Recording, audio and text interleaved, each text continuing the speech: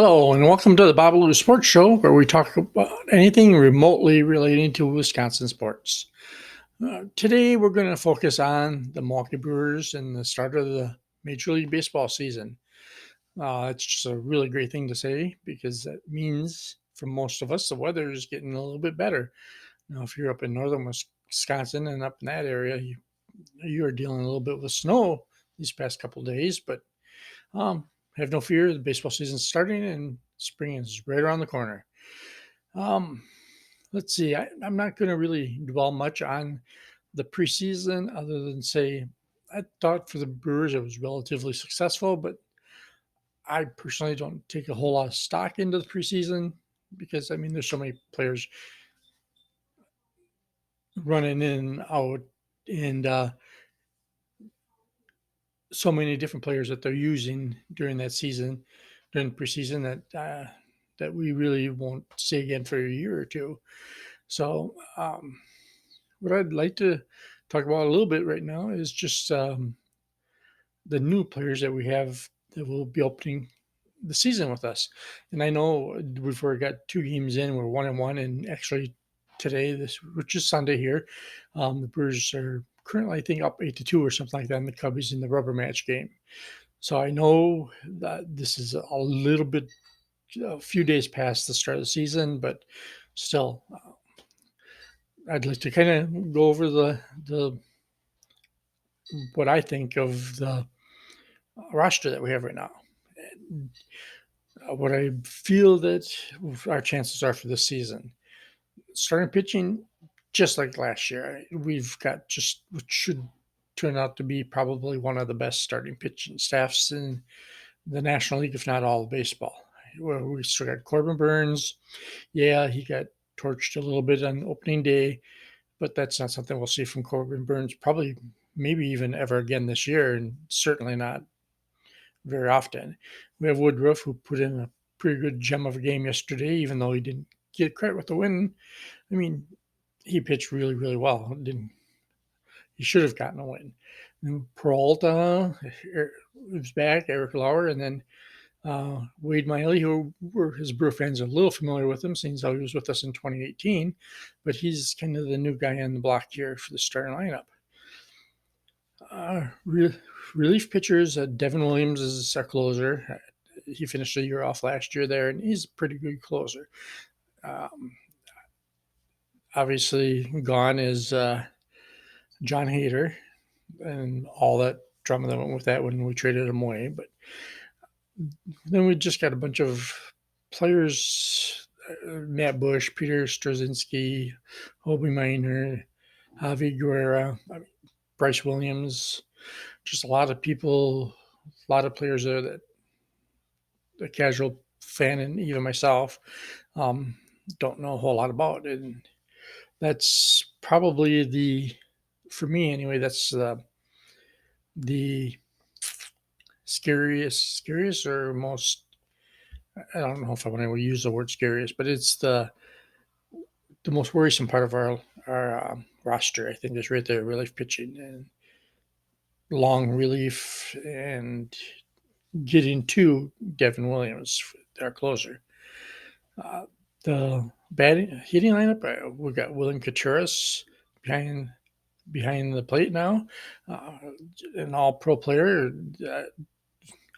I liked Omar Navarez, but this is definitely a step up from Navarez. So we still got Rowdy at first. Um, Bryce Terrain, and I'm sorry if I butcher some of these names. I'm not the best at all these names. The rookie who looked just tremendous in spring training, and to contradict what I just said a little bit ago, that's the Bryce Terrains are what the main focus of preseason is all about. What the coach see in them, what they do to earn a spot on the opening day roster, and it's a big plus right now to have him because Luis Urias just went down for 6 to 8 weeks, and they're thinking closer to the 8 weeks with a hammy.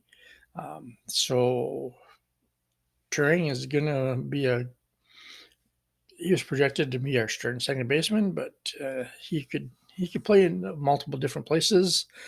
I think the main person we're going to see maybe taking over for Luis at third base would maybe be Brian Anderson, who is also a newcomer to our team this year. But I got a feeling we'll see a lot of him there, and Mike Brocious can play there along with first base, and we got newcomer Luke Voigt that also could play. I don't know if he plays third base per se, but I know he plays at first, and with the DH, there could be a lot of moving around in the corner infield. Jesse Winker, I don't really know. He's supposed to be our DH, but I believe he can play multiple positions too if need be. And then we have Willie Adamas at short, Christian Yelich, of course, in left field, Garrett Mitchell, who started playing center field for us last year, and then Brian Anderson or Tyrone Taylor um, could be out there in right field. And then we have Wisconsin native Owen Miller, who's going to be a bench piece this year, along with now Joey Reamer got called back up um, in conjunction with this with Eris going on the DL. So, I mean, that's in a nutshell what our new lineup looks like. We're the player who lost, the aforementioned Omar Navarez, Keston Herrera, who we could maybe see him back. I mean, he went through waivers, and the Brewers brought him back into the farm system, which also means nobody picked him up, of course. But he's back in the farm system, and who knows, maybe he had such promise, and then when he got the big leagues, the bat just wasn't there, and among a few other little things, and he ends up back in the minor leagues. Maybe he can get that straightened out and come up and become the player that the Brewer coaches were hoping he would be. Excuse me. Other notable players that are no longer with us are Andrew McCutcheon, who I had such high hopes from last year. I'm a fan of his, especially when he was with Pittsburgh, and I really was excited when he came here. But for one reason or another, it never panned out last year. Lorenzo Cain and Hunter Renfroe. And Hunter Renfroe is one that they received a lot of backlash for not bringing him back. I just don't think contract wise and stuff they could work out a deal that they were comfortable with, and that's how we ended up with Jesse Winker. So that in a nutshell is the Brewer lineup. Like I said before, we took one on the nose at the opening day to the Cowboys 4-0, but then we came back yesterday, and I'm sorry I don't remember the score. Usually I write these things down, but I didn't. So the final score of the game yesterday was 3-1. I should just went with my gut. Yep, 3-1. And a brilliantly pitched game by, like I said before, by Brandon Woodruff. I believe, let me see, as long as I got it up here, I'll just tell you for sure. And most of you probably went up. He did give up the one run. I said 0, I think, before, but he did give up the one run in this 6 innings of pitching, which was a great game. And then we had Strzelecki and Bush. Strzelecki and Bush. And Strzelecki got the win for his pitch in the 7th. Bush pitched the 8th, and Williams picked up his first save. And right now, then, the Brewers currently are on the top of the 9th, up 9-5. So maybe we'll have Devin Williams' time again, although I believe there's some reason that he may not be pitching today, and I can't remember what that was. Either way, it'll be a safe time for somebody anyway, I guess. Maybe the Brewers can take a 2-1 series victory here. So, new season. What do we think out there? What do we think about our new lineup? If you have any thoughts about our new lineup and new players, go ahead and leave them in the comments. I will try and respond to everything. I will respond to everything, and maybe we can have a little bit of a discussion on what everybody thinks of the lineup. Also, with that in mind, what do we think are what are you predicting for the Brewers this year? Okay. Me, I think it's a two-team race for the division again, which is pretty typical, and it's the Brewers and the Cardinals again. I think, like I said before, I think our pitching staff our starting pitching is among the best in the league. I have utmost confidence in our closer. I tend to worry if about the middle relievers a little bit. Matt Bush is good. Um, I know a little bit about Peter Strzelecki, but the rest of the guys, I don't really know a whole lot about. I guess we'll find out throughout the season. Batting, I think we have a better hitting lineup this year than we did last year. And I don't know why. I really think Christian Yelich is going to come back and break out this year, not be back to the MVP Christian Yelich from years past, but I believe he could be a 90 RBI, 27 to 30 home runs, and a 280 batter this year. And it looks like they're going to use him at the top of the lineup and in the three hole back and forth. It seems to be somewhere even or second, somewhere in the top three is where he's going to be batting. We just need Jesse Winker to come around with the home runs along with the Rowdy Tellez. And I think we could end up seeing Bryce Turing at the top of the lineup before long. He's just seems to have the bat and the speed that you want out of a leadoff hitter. And I believe we could end up seeing a lineup of Turing, Yelich, Tellez, Winker as the top four. Adames could play in there somewhere, and as well as Luke Voigt. Although Luke Voigt is not going to be an everyday player, I don't believe. So the team that we're going to be battling with is the Cardinals, I believe. And the Cardinals,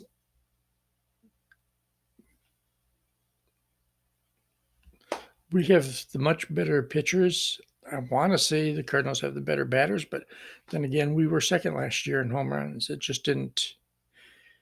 We were feast or famine, and it just didn't turn out for us. Maybe we were more famine than feast last year. Although, like I said, we were second in home runs. The Cardinals just have a very good depth on their team. They always do. They're very consistent, always very consistent. And they still have Goldschmidt, or Nolan, or Arendo, and Tommy Edman there.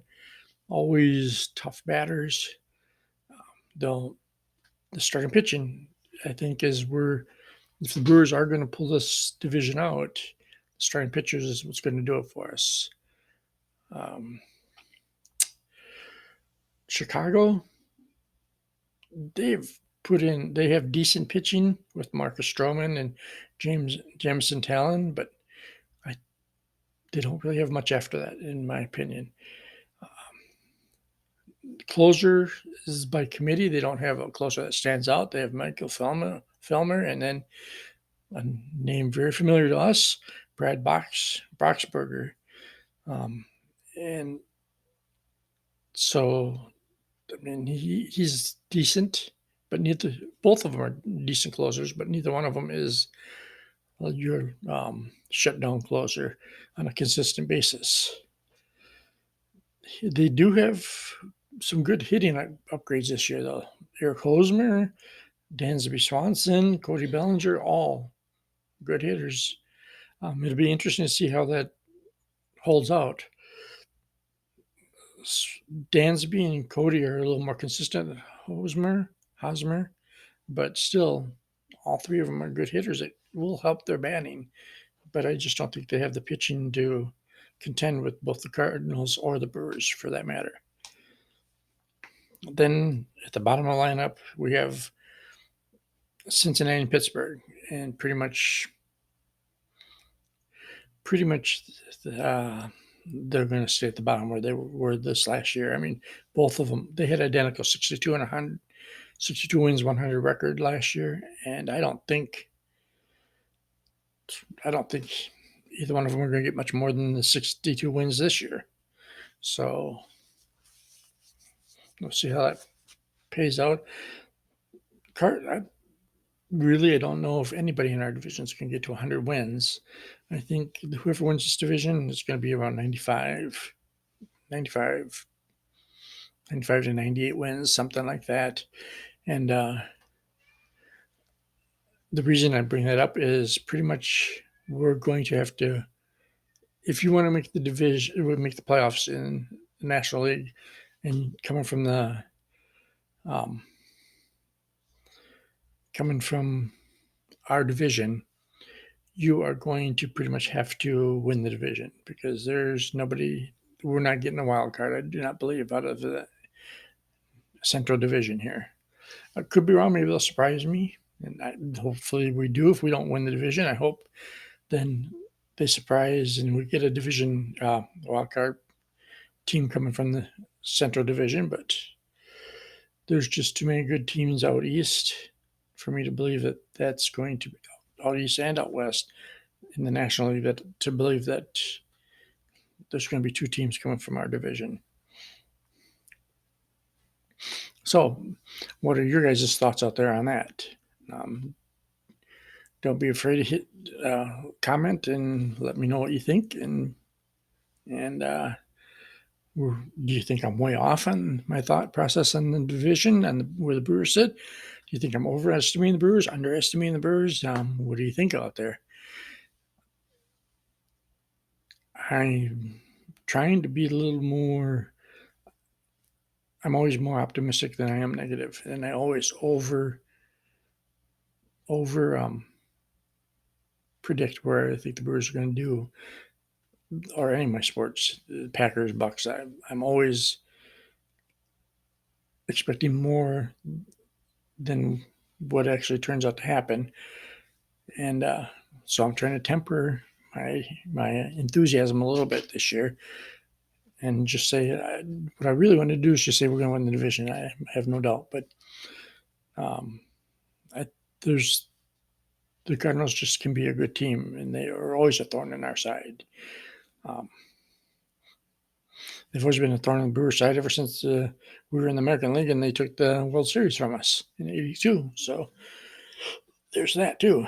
So, all right. So, a couple other things just to hit base on here today. We have Iowa in the national championship game for women's NCAA. Just good story, a good, exciting. Even though it's not Wisconsin, it's still exciting in this area just because it's Iowa and it was unexpected. Looking for their first ever NCAA championship. I know it was not looking too good when I first started this. Game probably is over by now, so I can maybe even let you know what happened there. Let's see.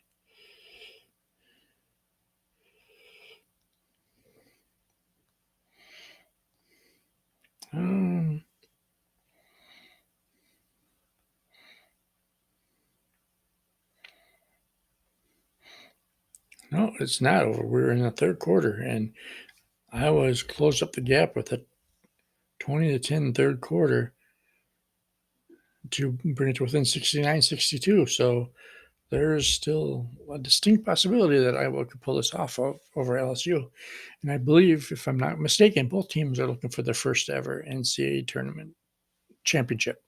So good luck to the Hawkeye women, and let's hope that as long as Wisconsin can't be there, at least Iowa could bring home the title. And then we have the men's championship tomorrow night. Bracket wise, how did everybody do out there with their brackets? Me, not so well. I did not even get anybody in the Final Four that I predicted. I had Houston, UCLA, Marquette, and Alabama, and it ends up being San Diego State, Florida Atlantic, Connecticut, and Miami. And of course, San Diego State and Connecticut meet tomorrow for the championship game. And I want to root for San Diego State just because they're underdog, but really, I don't think. I think Connecticut's going to have this pretty easily. I hope not. I always want a good game, but that is what I expect. So, and as we all know, probably anybody that's listening to this, we all know how Wisconsin lost in the Final Four of the NIT, 56-54. And then North Texas, the team that knocked us out, at least we could say we got knocked out by the team that won the tournament, as they beat UAB 68-61 in the title game for that. But my bracket there, too. Wisconsin was the only team in the NIT that I had in the Final Four.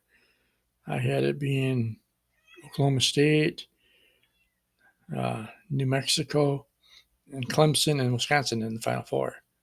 And obviously, it ended up being North Texas, Wisconsin, Utah Valley, and UAB, with UAB facing North Texas in the championship. But just from listening around and listening to other sports shows and things like that, I know there weren't too many people that had very good brackets this year. So we'll just hope for better next year. So anything else we got the Bucks game coming on tonight. Hopefully they're taking Philadelphia. Hopefully they can rebound from that disastrous game against Boston the other night. 140-99. The second worst home game, or second worst home loss, I think, something like that they've ever had. So it was just not a pretty game. But I'm not taking much stock into it. Not to make excuses, but it was a back-to-back. They also had played, I believe, something like 5 of the last 7 days before that. They had 2 back-to-backs in that stretch. Just a brutal with travel, just a brutal stretch that not many teams would be able to put up quality games after all that. And I'm not saying that a 40-point loss, regardless, there shouldn't have been a 40-point loss, obviously. But let's just hope that they can rebound tonight and put on a good show against the 76ers. And we just need a few more wins to secure the home field advantage in the 1 seed. So otherwise, that is it for today. I will put out I'm hoping to put out a preview of the playoffs for the Bucks coming up here shortly in the next couple of days, and hopefully this Aaron Rodgers drama will end and I can put something out about that too. But until then, thank you all for spending time here with me today on the Bob Lou Sports Show. Don't forget to subscribe, hit that like button, and share. And thank you all for being here, and I appreciate you all. Take care.